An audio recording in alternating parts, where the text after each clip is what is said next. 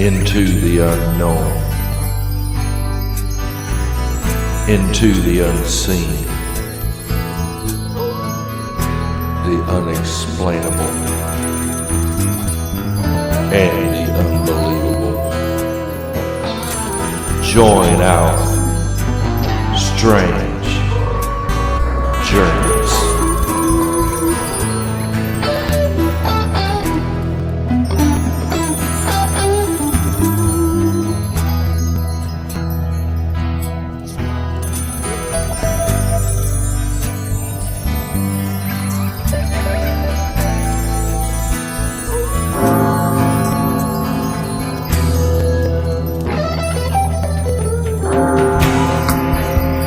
Are you ready?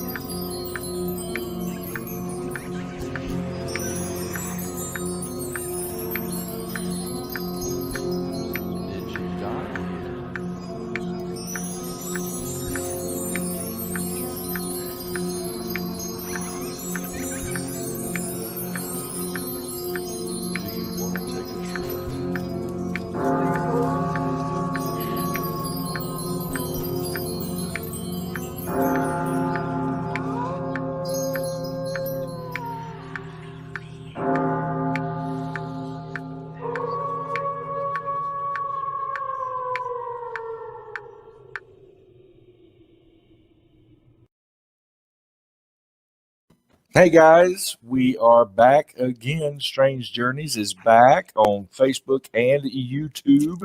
We've got some folks watching already, and thank you. Hopefully, there'll be more coming on here soon. But I am Tom Rouse, your ghost host, and my lovely wife Lynn we popped in, and then she popped out. So hopefully, she'll be popping back in a minute. But returning ET over on my left is Donnie Mills. He hadn't been able to be with us for a while, but he's doing much better, and so he was able to hang out with us today. And returning special guest, we're very honored again to have Elizabeth Parker. She is a writer, an author, and empath, medium. What's the official term that you use? Whatever. Oh. I just show up. Oh, okay. What do you need? I'll show up. I'll do it. There you go. Well, she has 3 books out, Mobile Ghost, and the follow-up to that, that was the Waterline. Waterline, Yeah. And then the compilation for the Haunted City series. Mm-hmm. Who does that series? It is in the Haunted America line, and it's from Arcadia Publishing. Right. And they've done books. They have taken over. Oh, yeah. That line it's got many, many more books from Alabama. There's a Haunted Baldwin County by Mrs. Outlaw, who is a terrific lady and wrote a great book. And then there's Haunted Pensacola, and then a slew of Haunted Mississippi. Right. Oh, yeah. And I think it's awesome that Mobile's very own Elizabeth Parker is a contributing author for Haunted Mobile. And I have reread this book. I read it several years ago, and I reread it again because we talked about having you back later to talk about just your books and the stories. So that's a couple of months down the road. I may have already set a date, but I don't remember right now. But anyway, thank you so much for being back with us. This is awesome. I Oh, tell thank you you, for having me. Elizabeth, we got so many positive comments from you being on here before. Oh, really? Oh, good. Okay. Everybody loved Elizabeth Parker. I am very glad that everybody enjoyed the show as much as I did. Oh, well, good. I'm honored that you enjoyed being with us. It was fun. That was awesome. Well, we start every show with ET Facts. And so this week, what was it? Last week we did what are you reading? What are you researching? And this week we're going to do what are your projects? What are you working on right now? What are you doing? And I was going to share with y'all something that Donnie and Lynn and myself are involved in coming up at the end of this month.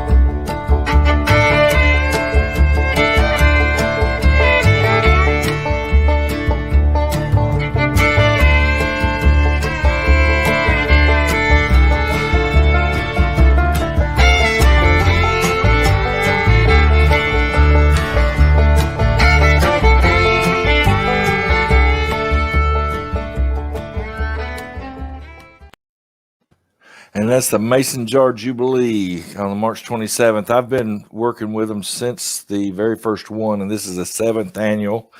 We didn't get to do it last year, obvious reasons. And but I went there first time and just to sing, and then I'd gotten Lynn to start singing with me, so we came back to next year, and then after a year or two, they asked me to basically MC the event. So I've been doing that for 3 or 4 years for them now, doing the hosting and announcing and introducing and everything from start to finish.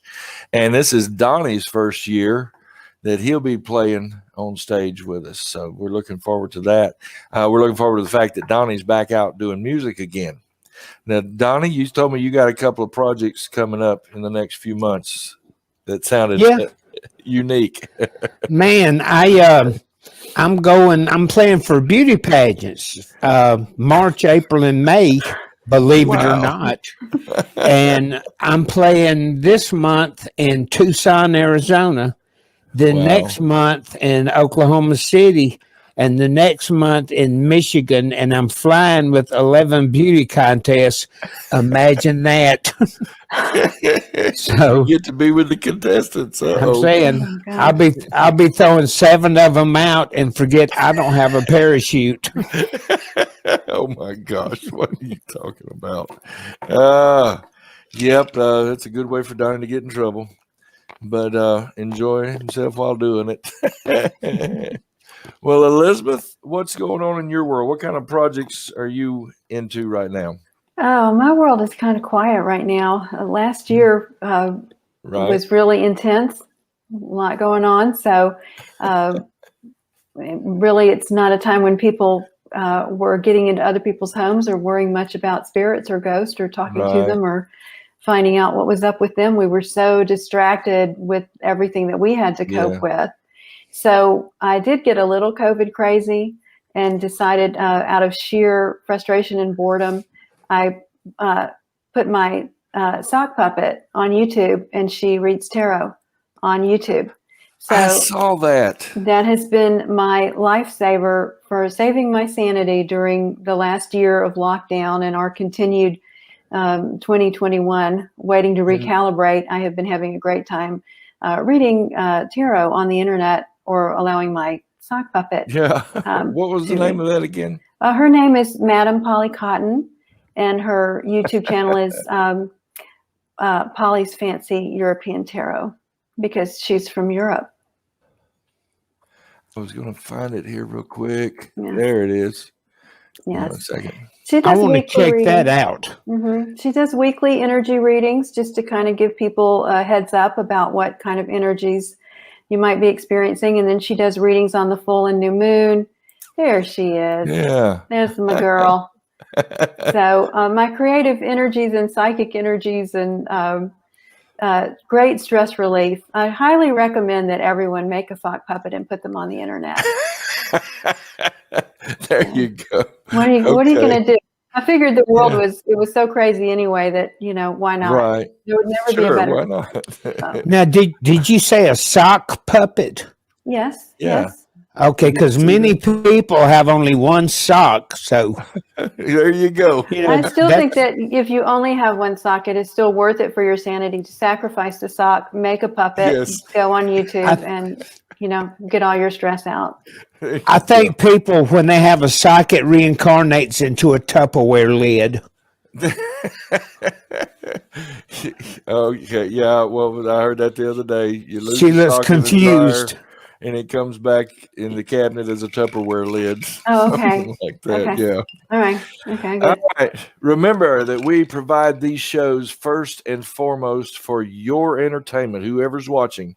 We are not by any means, and don't claim to be, scholars or experts in any of the topics that we usually cover on here. We're simply enthusiasts and storytellers, and we have fun with all these topics while staying respectful of folks' beliefs. We have some comments today. Lynn says it kicked her out and won't let her back in. I don't know what's going on there. Sheila says Missy is the bomb. Oh, thank you. And Julie says hello. And Christine, one of our ETs, says that looks like a great time. And she also says, nice to meet you, Elizabeth. Nice to be here. Nice to meet you. Yeah. All right. And we're glad everybody's here. Remember to visit us at strangejourneys.live for everything Strange Journeys. Now, let me get back over here, because if you're watching on YouTube especially, here's what we'd like for you to do.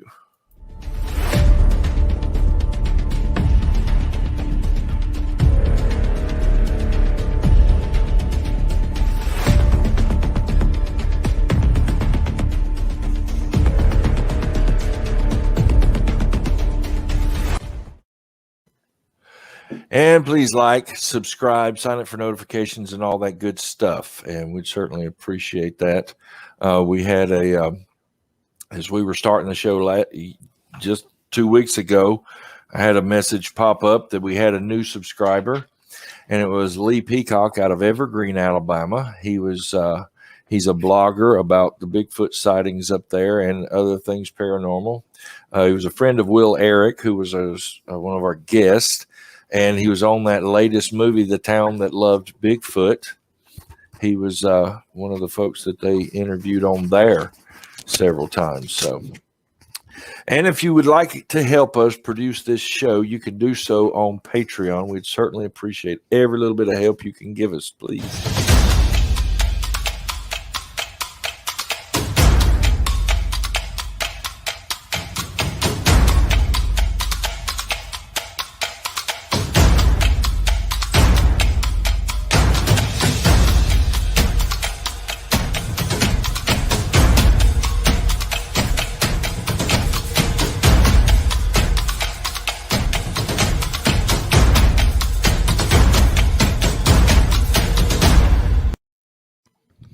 And you can do it for as little as $3 a month and help us do what we do. I mean, I'm footing the bill, and I'm doing it gratefully, but it would just make things a lot easier if I had some help. But also remember our branded merch for everything Strange Journeys. Teespring.com stores Strange Journeys Strange Journeys stuff. Elizabeth, I made this after your show. Made a little wooden sign to wear on your shirt. It says "Fairies welcome here." Thank you. So if somebody needs their little wooden sign and can't do any woodworking, and then of course we did this for our Valentine's Day. All of our whoops. I hate it when Teespring does that. I may look normal, but my heart belongs to Mothman and Fairies. I may look normal, but my heart belongs to Fairies and the Nessie and the Sasquatch. We got several of them.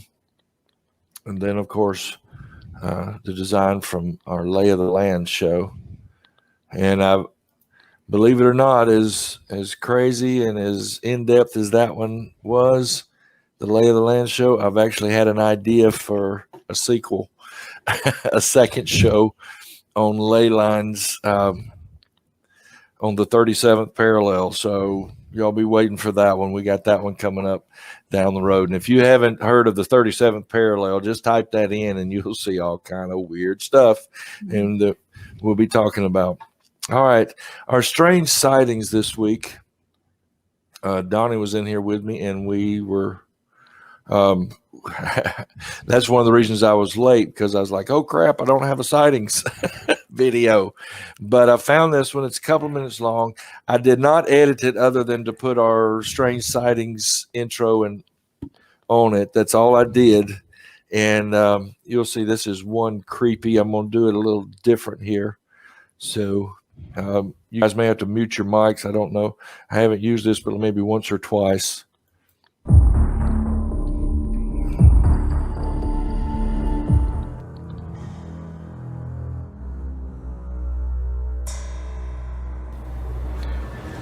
Okay, what I'm about to show you is going to creep you out. Recently there's been a rash of sightings of creepy clowns all over the East Coast, eastern United States. And this one is a friend of mine. He caught this on his trail cam. He's a big time hunter. And this was caught in the woods up in northeastern Pennsylvania. So I'm going to show you this video. Look at how the image, the still image that he got, there's no glare on the eyes, which is really weird. Whenever you catch an animal, you always have that glare that comes from an animal's eyes. There is nothing on this. It's just like hollowness, which is creepy. But check it out for yourself and leave a comment below.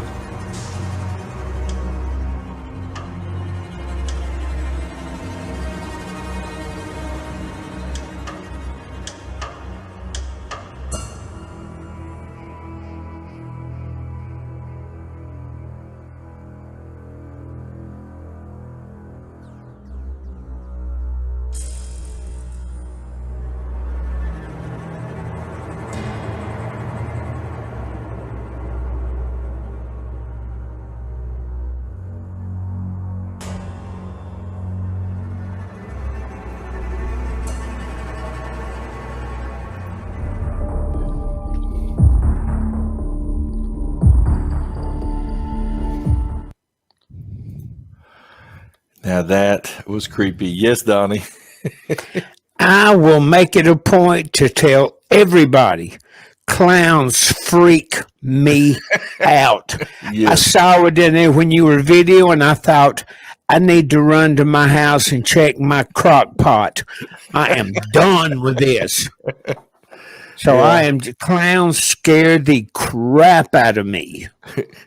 Well, the unique thing is, what was this clown doing out in the middle of the night? Now, granted, this could have all been set up. Yeah, I'll tell you what that clown was doing in the middle of the night. Making a video. Making a video. There you go. Dude in a clown suit. Anytime that you see footage that's reportedly paranormal or supernatural, if they walk like a man and they walk right up to the camera and they pose so you get a really good look at them and all that, no, no, that doesn't cut the mustard with me.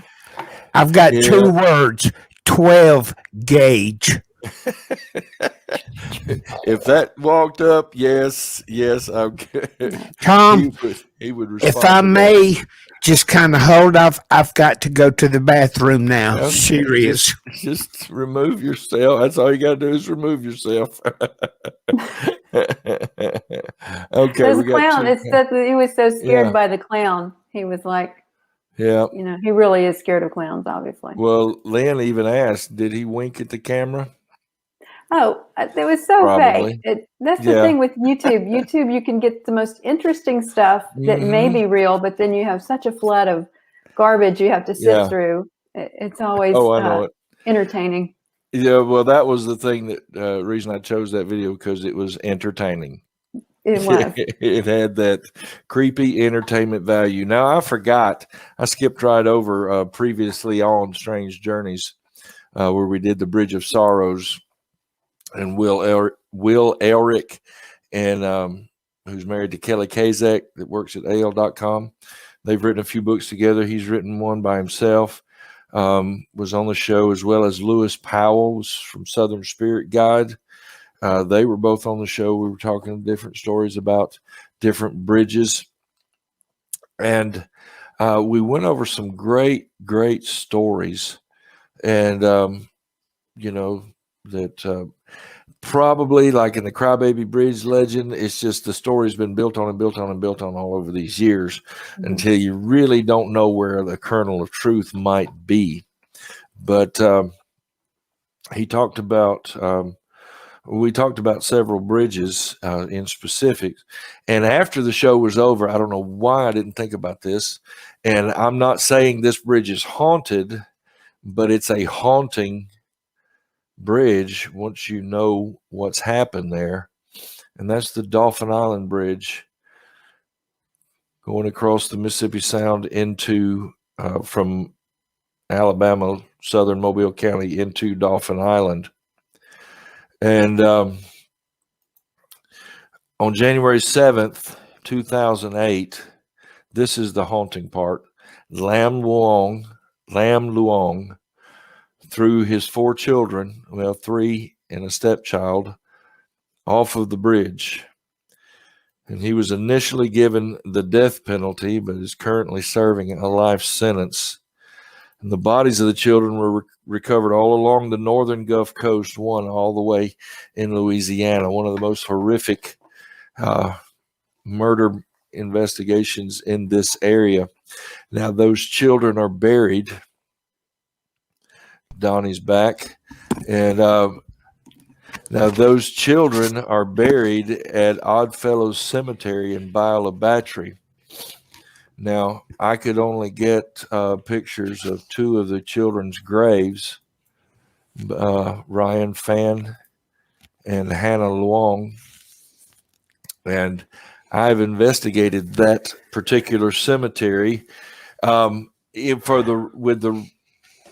the actual express purpose of investigating the cemetery was to visit their graves and try to bring comfort if we could. There were toys. People were leaving toys. And but that brings up something I wanted to ask you about. And this has nothing to do with the show today or even necessarily that bridge. But I should have talked about that bridge and the story surrounding it in the last show. But if spirits, and Elizabeth, this is my question to you, if spirits are connected to the place that they died, why do people not necessarily? Well, that's just a common belief and acceptance. My question is, if the spirits didn't leave the body in the cemetery, why are there hauntings in cemeteries and graveyards? In my experience, there's spiritual energy in cemeteries and graveyards not because of the spirits, but because of the people. Because you have a constant stream of grieving, traumatized humans in and out of a cemetery, a working cemetery where you are consistently having funerals. Right. And it just charges it up with all of their grief and their sorrow. So I think that can activate hauntings. I don't think that, in my experience, many spirits are stuck at their graves. In my experience, if you're going to be stuck, you are going to be stuck in the place that had the most emotional resonance for you in your life. Right. So that makes sense. someone can die and appear in a home that they lived in many years ago. Right. Because that was where it had the most emotional resonance. And similarly in the graveyards and the cemeteries, there's an emotional resonance which can invite spirit or supernatural activity. That really makes sense. I mean, I have investigated several different cemeteries and graveyards and have had activity. And then it just kind of dawned on me that there's like, everybody, it's like a common accepted belief that say a person dies in their home, their spirit stay there. If they die in a hospital, their spirit stays there, and we investigate places because people have died here, and that just doesn't it's well, I just don't think we have a complete enough understanding of that other realm to be able to make those assumptions. That drives me crazy on these investigative shows. Pardon me, Donnie. In the investigative shows where they have spirit activity and they spend all their time researching historical records to find out who died there, and I'm like, doesn't matter. That's not necessarily what it is. I'm sorry, Donnie. Excuse me for interrupting. No, there's a such thing too, especially around limestone. It's called residual haunting. It's like it goes on, and especially like in Gettysburg. Gettysburg, we saw a lot of things. Me and Lee Ferran up in Baltimore. You catch something out of the corner of your eye, and you would swear it was an old Civil War soldier walking in a field, and you really couldn't tell. But then again, you could tell. Yeah. Well, that brings up something I was telling Lynn about last night. It was a podcast that I listened to. Shout out to Astonishing Legends. Hopefully we can have those guys on our show one day. But they were researching the Sally House in Atchison, Kansas. I'm right in the middle of their series of shows on the Sally House. And they had emailed a director of Native Studies who's a Native American. And he said, because there was that assumption again, was there an Indian burial ground here? And he said, that's just assuming something. He said the Indians, if they lived here and if they buried their dead here, they were just people. They, some were spiritual, some weren't. And just because there may have been Indians buried here doesn't necessarily mean, how did he put it, that there was victim revenge. Right. That just because some Indians were buried here, that they're necessarily going to rise up from the grave and start haunting everybody because they buried there. And those assumptions, like Will brought up, and I remember back to your show with us, Elizabeth, there are spirits, I guess you'd call them, entities that have been here since the dawn of time, I guess. Like and the leprechauns. Yep, that's what I was fixing to say. We're I didn't realize this, but the Bridges of Sorrows show is actually leaning into this, and I'll explain that in just a minute.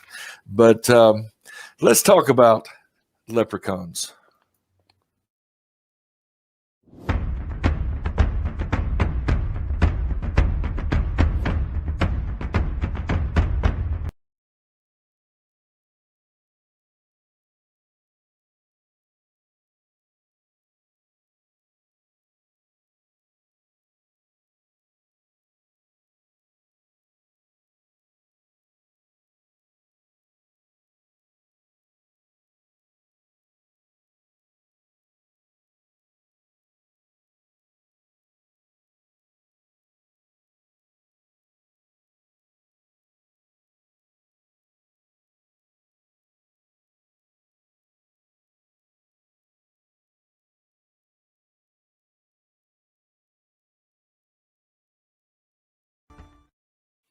And here we go.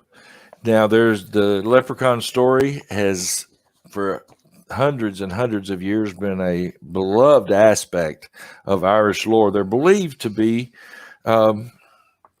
traditionally, we talked about this in our fairy show, part of the fairy family, just one of a section of fairies. But they first emerged in the 8th century when legends about tiny water dwellers began circling among the Celts. Their name is thought to come from the word Lucorpan. Now, little side note, I cannot do an Irish accent. I'm sorry. So, as much as these stories that we're going to be getting to later need to be told with an Irish accent, I can't do it. I'm sorry. But we'll get through it. We will get through it. Now, this is what was interesting to me. The name Lucorpan, it means small body, and leprechauns are said to be 2 to 3 feet tall. But it says they supposedly came from the water. Could they? I mean, what do you think about this, Elizabeth? My thought was, could they have been water sprites?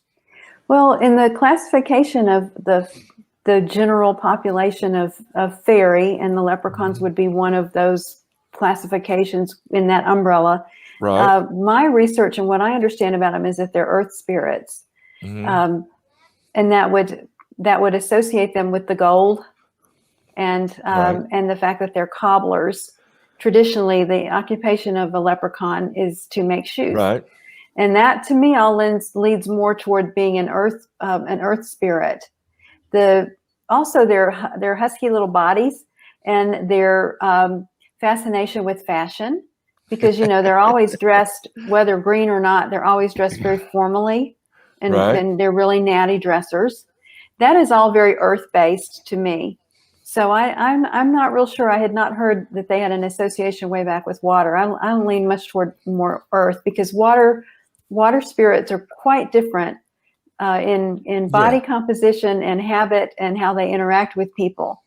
The leprechaun and the history of the leprechaun, to me, is straight up and down little earth spirit. Right, and I see that, and that's I believe where they're classified now, because it says, in order to hide from humans, they're known to dwell in tiny underground caves or hollow tree trunks. But a couple of the sources in my research said that they actually came from the water. It very well could be. That they started out in water, but about 1,000 years ago when the actual folklore began. But the term for what they do, being cobblers, and again, I can't do the accent, Leith Brogan, meaning a shoemaker. Their profession is what earns them their iconic pots of gold. One article I read even said, because the fairies are dancing their shoes off, the leprechauns have a steady business making shoes for all the fairies because they're dancing their shoes off. And then we think of these creatures as imaginary. Belief in them and other closely related fairies is actually widespread throughout Ireland. This is one of the reasons that this icon is now so ingrained in Irish culture today. Over the years, the history of leprechauns has become associated with everything green, and they are now often depicted as old men dressed in a hat and a suit of this color, wearing buckled shoes and smoking a pipe. However, this was not always the case. In fact, you may be surprised to know that they were originally depicted as wearing red, and some sources I read brown. And they were thought of being dressed in this color for many years. Over time, they've evolved into the green-wearing guys we know and love today. Many theorize that this is due to the general popularity of the color green throughout Ireland. This is in part because of its prominence on the Irish flag, as well as the widely used name, the Emerald Isle. Whatever the reason, green has become synonymous with leprechauns and St. Patrick's Day alike. Now, that's from the Trafalgar.com article, A Brief History of Leprechauns. Before we get into we're starting with the less than serious. Hang on. Some pop culture leprechauns. Yes. There's your man, Donnie.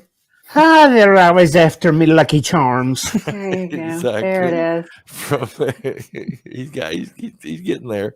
He's And from then Southern Ireland. oh, okay. And then the leprechaun from the horror movies. Oh, he looks like my first wife. Mm-hmm. Hornswoggle from WWE. And King Brian from Darby O'Gill and the Little People.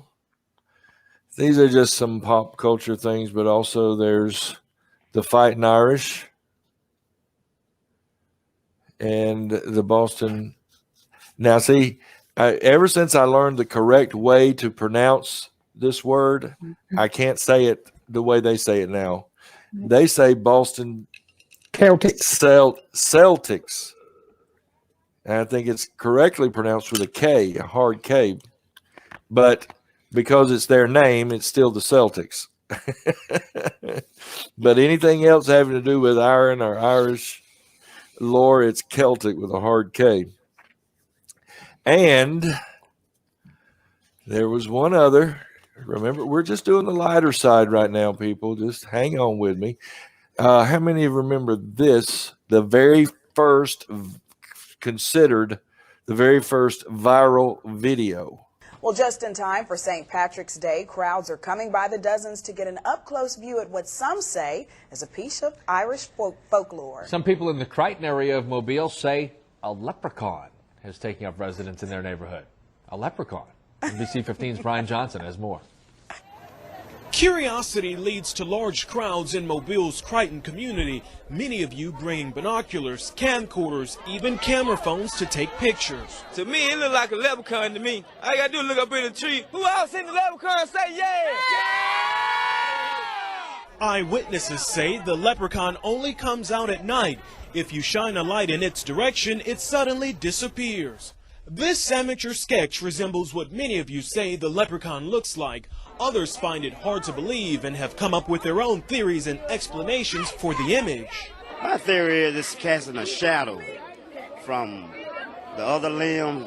Could be a crackhead that got hold to the wrong stuff, and it told him to get up in a tree and play a leprechaun. We're going to get down to the bottom of this. Yeah, it's still on there, guy. Don't be afraid. Don't be afraid, man. This guy helping to direct traffic says he's prepared for his encounter with the leprechaun. He's suited up from head to toe. This wars off spells right here. This is a special leprechaun flute, which has been passed down from thousands of years ago from my great-great-grandfather who was Irish. I just came to help out. Others just came to get lucky in hopes a pot of gold may be buried under this tree. I'm going to run a backhoe and uproot that tree. I want to know where the gold is. I want the gold. Give me the gold. I want the gold. This is Brian Johnson, NBC 15 News. People will do anything for a pot of gold. I mean, anything. You know what I like? I like the amateur sketch of the leprechaun. Yeah, it looks like somebody got a really good look at it and got that good drawing out there. Who did that? I want to know who sketched that. I don't know. Maybe Brian sketched it. Doodling. That was a good story. And I know it gave people in Mobile a bad image nationwide, but that wasn't the first thing that did that. But it was. But here's the amateur sketch.